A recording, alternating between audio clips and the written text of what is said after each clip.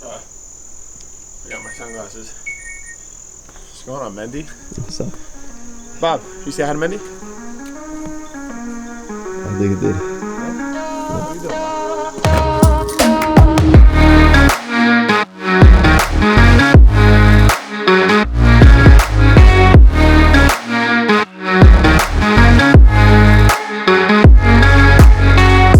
Welcome to the vlog. Honestly, that thumbnail is not clickbait. I'm literally going to teach you how to do it. This is literally Amir's university. And basically the point of the vlog is you're just gonna watch me do a bunch of business content. So all the stuff you guys go to university, if you go for business management or marketing and stuff like that, you basically learn how to remember something and then write it down on a piece of paper when you're told to write it down on a piece of paper. Can you not think? Can you not think? Okay, look.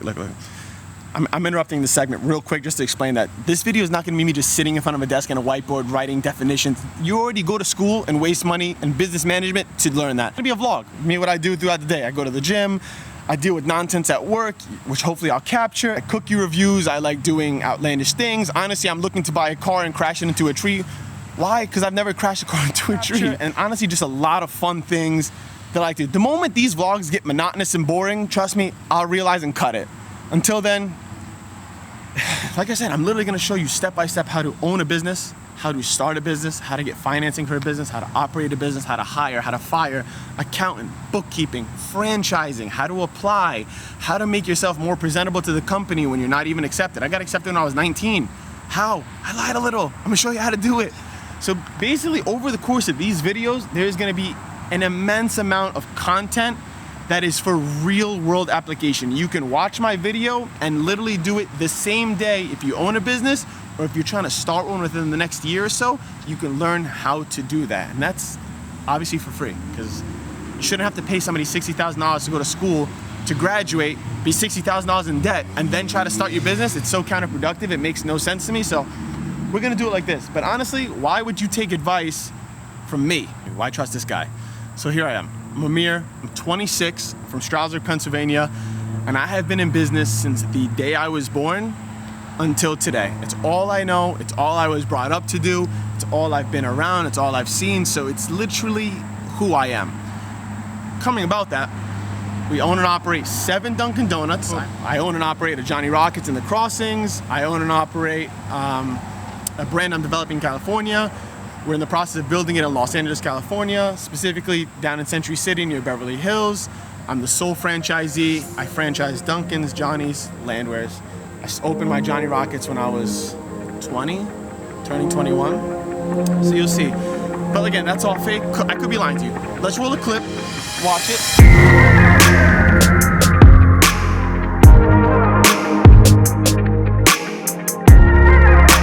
Here we are, ground zero. This is where it all started. Everything started at this exact point with this Dunkin'. It's 2000, Triple M, aka Mohamed, my pops, bought this building and just started with the idea to build a Dunkin' Donuts in it. So this used to be like businesses, like a strip mall, and we combined it into one Dunkin', but it used to be Dunkin' Donuts, Baskin Robbins combined. I have these strong forearms, honestly, from just scooping ice cream and decorating cakes. I used to decorate crazy looking cakes. I'm talking full sheets, half sheets, log cakes, 9-inch round cakes, 6-inch round cakes, birthday cakes, you name it. Spider-Man, I did it. Picture me back there standing on a step stool. I was shorter back then.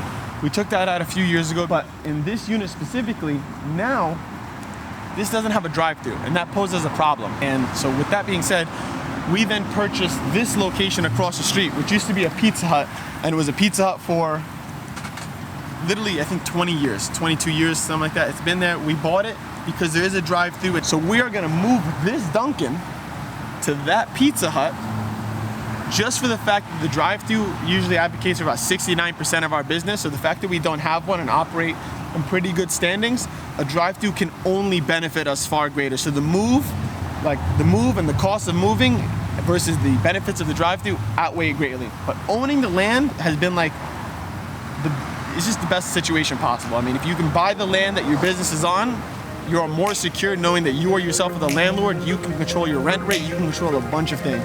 But those property taxes are a nightmare.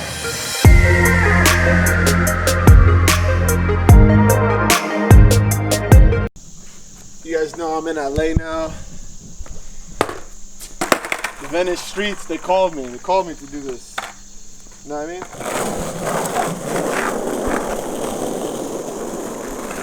Oh, shit. I think I rolled my ankle. The old homestead, tried and true.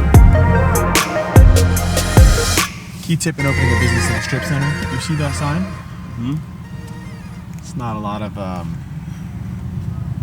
front face value, so again, not a lot of people are going to know you exist. Signs are important. Dunkin' Donuts. We are in Bartonsville, Pennsylvania. This Dunkin' Donuts thing is our second Dunkin' Donuts. We opened this in 2009, and in the strip center. And honestly, I've seen stores come and go, but this is one of our favorite locations. This was our first drive-through location. So then all the lessons of owning a drive-through and the operations of a drive-through. Obviously, the way the drive-through is set up, not ideal because. So this is a problem we have with the drive-through. The drive-through extends. It basically just comes out all the way over here, and people get pissed about having to wait in this line, even though they're not going to our Dunkin', which they should be going to our Dunkin', but they're not. Not my problem because the tenants and the mall don't pay my bills. These guys do. So it's important that we keep them happy.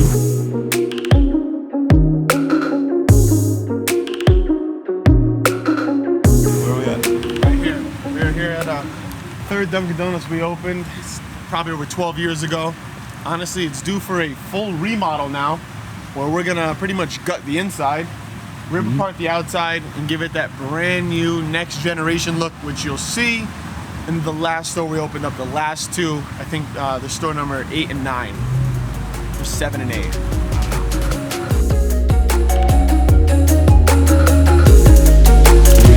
We are now in Pennsylvania. We are in our, I forget what number this was.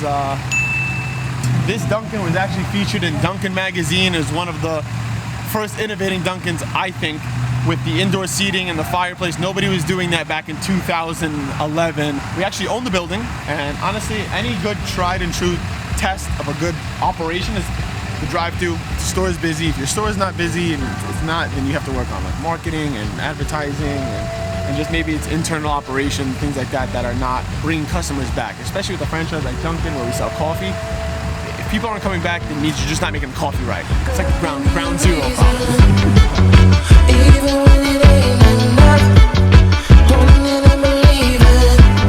Over there, on that other side over there. It's only drive-through.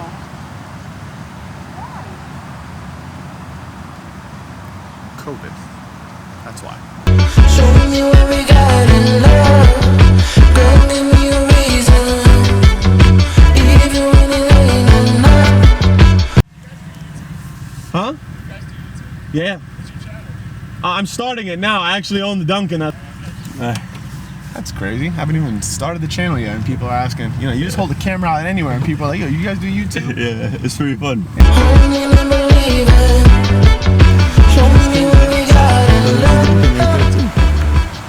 So we're on our Dunkin' tour, and so this Dunkin' was a unique Dunkin' Donuts to put in the crossing because they don't have any type of like real good coffee in this area, especially in this mall. But this Dunkin' is only like 600 square feet. It is the smallest Dunkin' you've ever seen. You walk in, it's like this big. That was my first venture outside of Dunkin' Donuts. I opened that when I just turned 21. A few months after I turned 21, I opened that store. I started it when I was 20, and also with this Dunkin' Donuts, same year. Opened it in May, opened that one in November. Pretty crazy. Don't get me wrong, I'm not buying. Don't get me wrong, I'm not bad as you. Back on our journey here, we are now in East Stroudsburg, Pennsylvania, across from East Stroudsburg University, across from the hospital I was born in. At my first Dunkin' Donuts gas station, the first one in the area, and the idea came to me out of necessity. You know, they say the best defense is a strong offense. I don't even know if they say that. So we have a location, the East Stroudsburg store, the first one we opened up a mile away this way, and then I have my Mosher's location a mile and a half that way. Here on our townie tours, we are in Mosher's Dairy.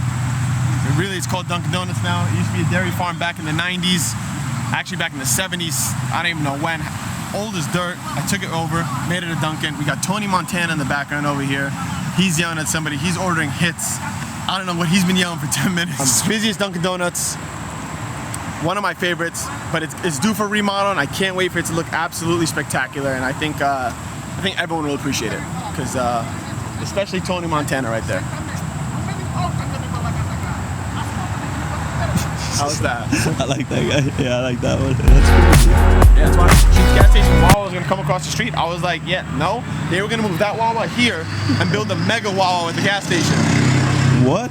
And I was like, yeah, no, I can't let that happen. Because then they're gonna compete with both my Dunkins. I have to go beat them up. How to get on them.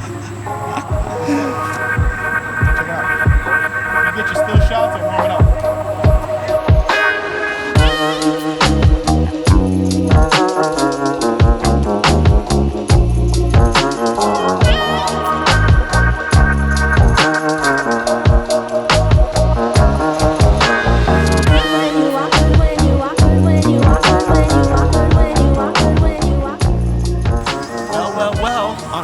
Tour, here we are. We are at the last stop of it. The latest and greatest next-gen Dunkin' Donuts. I opened this up back in January. It's my baby. I opened it up in a hotel. People told me, let me show you a picture of the hotel. Everyone said it was a bad idea, but here we are. I opened it, I saw the vision, I loved it. So this is it. This is like a culmination. You see the growth of the Dunkin' from the very beginning to the very end of it, the growth. You saw how old they were to literally how absolutely gorgeous and brand new they've become. And like I said, hopefully over the course of these vlogs you understand that I'm literally just a 26-year-old and that that's Mo. It's my GM. Hi, how are you? He keeps the show alive. Honestly, he does anything and everything from top to bottom. And like I said, like people think like it's really hard. It's really not that hard. You just need to know, and you can only know from where? From people with experience, or doing it yourself. But doing it yourself is hard because then you have to make all the mistakes. Where like I learned from 36 years of wisdom from my father, and then my personal 15 years of experience I had to learn myself. You don't have to go make the mistakes. I have made all of them once, twice, and I had learned from my father's mistakes. So again, I'm trying to give you guys just a cheat code on business. I'm trying to give you guys the punch ticket, the Willy Wonka factory, bypass a bunch of hoops, and I'm gonna show you how to get right to the end of the finish line. So that's ultimately the goal of the video, mixed with as much fun things as I can do. Honestly, I just try to enjoy it. I don't want it to be boring, because if I feel like they're boring, then I definitely feel like you guys think they're boring. That shit sucks. So all right, like I said, I hope you guys enjoyed it. I want you to like, subscribe. I would appreciate your support. Ask your mom to like and subscribe. Your pops, aunt, uncle, baby, sister, nephew, kid in the womb to like and subscribe. I don't care. Share it. Let me know what you guys like. If you comment business questions or things that you personally have specific questions, I'll try to rope them in to the next video. I'll try to tack them in and I'll just start answering them. That way, again, I can kind of help. Or just follow me on Instagram and just DM me, and I'll try to reach out to as many people as I can. I appreciate it. Thanks for watching. Video every week. Check it out.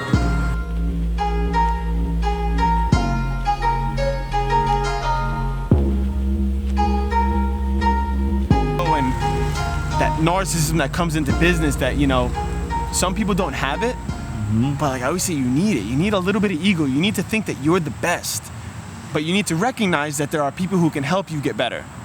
I think that's the most important part. You have to always think that you're the best, that you can do it, but you have to recognize that there's somebody who's maybe good that can help you get better.